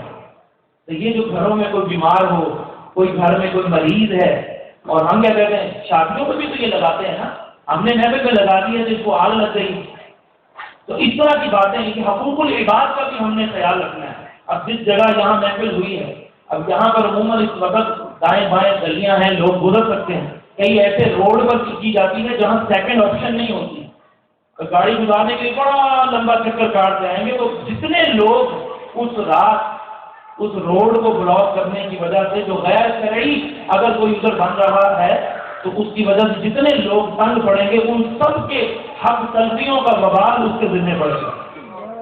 گراؤنڈ ہے گراؤنڈ میں کیجیے، مسجد ہے مسجد میں کیجیے. ایسی جگہ ہے جہاں راہ عام نہیں ہے، لوگ ادھر سے بھی گزر سکتے ہیں، ادھر سے بھی گزر سکتے ہیں، رستہ بھی چھوڑا گیا ہے. اس طرح سے ان اپنی محفلوں کو بھی ہم نے پاک کرنا ہے غیر شرعی عادات سے، رسم و رواج سے. اور اپنی شادیوں کو، خوشی کو، بچوں کی ولادتوں کے موقعوں کو ہم نے سب غیر شرعی رسم و رواج سے پاک کرنا. آج ہم یہ نیت کرتے ہیں. اللہ تبارک و تعالی ہمیں اپنی شریعت مطہرہ کا عامل بنائے اور تہہ دل کے ساتھ اس پر عمل کرنے کی توفیق عطا فرمائے. جو کچھ سنا اسے یاد رکھنے کی توفیق عطا فرمائے، اسے دوسروں تک پہنچانے کی توفیق عطا فرمائے. اور علم سیکھنے کا جو سلسلہ ہے اس میں تواتر اور تسلسل پیدا کرنے کی توفیق عطا فرمائے. آخر کب تک ایسے جیتے رہیں گے؟ تو دین سیکھ کر اس پر عمل کریں. انشاءاللہ ہماری آنے والی نسلیں اور یہ معاشرہ جو ہمارا ہی مجموعے کا نام ہے انشاءاللہ سدھر جائے گا. مسلمانوں کو پھر سے انشاءاللہ عروج ملے گا، جو عروج کسی دور میں مسلمانوں کے پاس ہوتا تھا کہ 1000 سال ہندوستان میں حکومت کی ہے اور آج وہاں کے میزائلوں سے ہمیں ڈر لگتا ہے. اللہ ہمیں عمل کی توفیق عطا فرمائے. وآخر دعوانا الحمدللہ رب العالمین.